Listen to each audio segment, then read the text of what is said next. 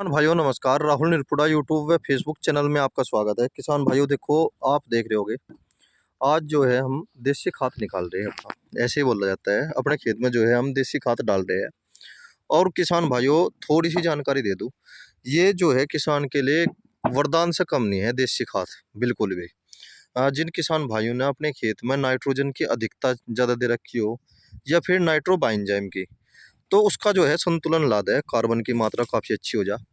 और किसान भाइयों जितना अच्छी चीज़ ये है ना, इससे अच्छी चीज़ कोई सी नहीं है। ना कोई प्रोडक्ट किसी कंपनी ने बनाया, बस थोड़ी सी इसमें तो बदबू सी आ गया, इसीलिए किसान जो है इसमें बढ़ना पसंद नहीं करता। एक किसान के पास ये होना बंद हो लिया, क्योंकि एक दो दो पशु रखे हैं और पहले 7-8 पशु हो गए थे, तो कोई दिक्कत नहीं थी उसमें। काफ़ी खाद हो जाया करता किसान भाई के पास। और देखो किसान भाई, इसके बारे में जैसे मैं आपको जानकारी दे रहा हूँ, जैसे देसी खाद है और ये एक छोटा सा टुकड़ा है हमारा, इसमें मैं देसी खाद डाल रहा हूँ। आप ये देखो मैं कितना डाल रहा, मैं ट्रैक्टर चलाता रहूँ और ये जो है बखेरते रहे। और ये देखो बहुत अच्छी तरह से तसल्ली से खाद डाल रहा।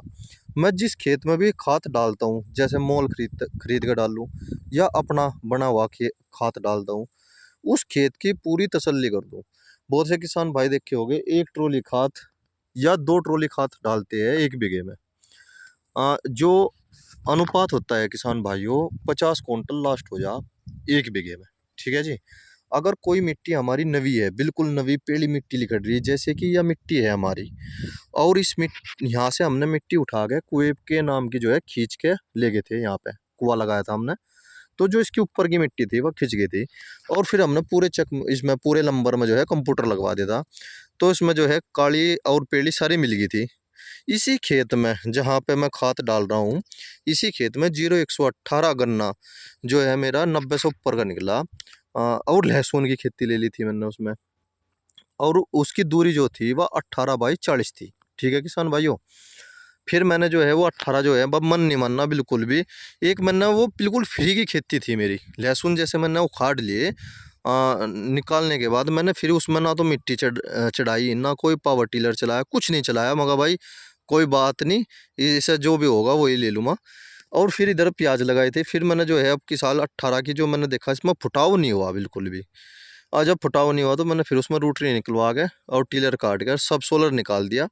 और सब सोलर निकालने के बाद अब जब देसी खाद डाल रहा, और देसी खाद डालने के बाद फिर मैं इसमें हैरो निकाल लूँगा किसान भाइयों। कम से भी कम 3 बार निकल लूँगा, तीसरे या चौथे छेक में डाल के।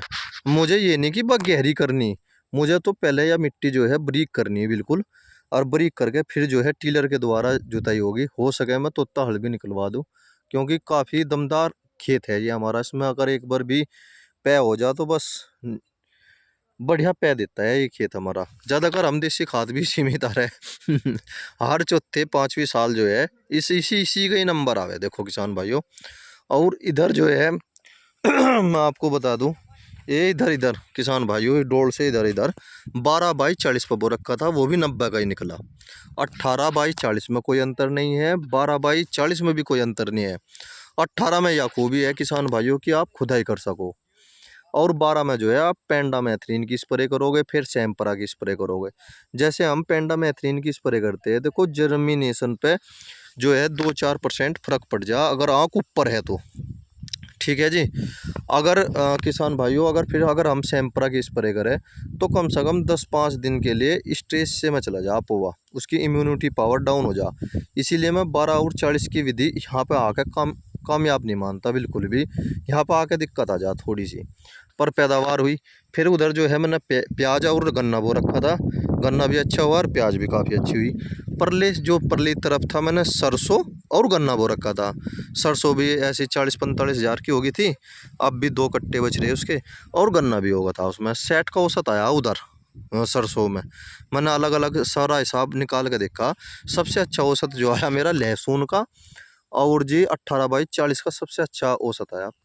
और किसान भाइयों जैसे ये मैं देसी खाद की बात कर रहा था, अब जैसे मैंने देसी खाद डाल दिया, हैरो निकालने के बाद जब मैं गन्ना बुआई करूँगा, इसमें थायोफिनेट मिथाइल का बहुत इस्तेमाल करूँगा मैं, रिजेंट का इस्तेमाल करूँगा। अगर नहीं करूँगा तो फंगस आ जाओगी। देसी खाद डालने के बाद इस बात का ज़रूर ध्यान रखें कि उसमें रोग भी सबसे ज़्यादा आता है। ये नहीं कि भाई उसमें रोग नहीं आता। इसमें सल्फर की भी ज़रूरत सबसे ज़्यादा पड़ेगी, क्योंकि सल्फर जो है फंगीसाइड होता है। और थायोफिनेट मिथाइल कम से भी कम जो खेत में हम एक बार डालते हैं तो 2 बार तो निश्चित डालना ही डालना है। हाँ, 90 दिन के अंदर अंदर। ठीक है जी। और हो सके जैसे बारिश समाप्त हो जाए उस टाइम पे भी डालना पड़ जाए, अन्यथा फसल जो है ख़त्म हो जा, फिर फसल होगी पड़ोसी की डाल की ऐसी नॉर्मल। क्योंकि इनका भी ख़त्म होगा था ये खेत, ख़त्म होने के बाद फिर इन्होंने स्प्रे करी, जब जाके बात बनी।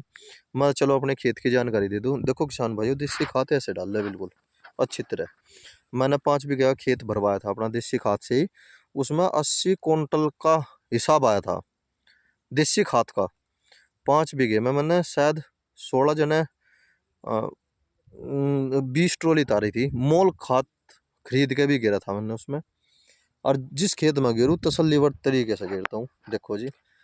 और भाई कोई जानकारी ठीक हो गलत हो वो आप कमेंट्स करके ज़रूर बताना। जय किसान।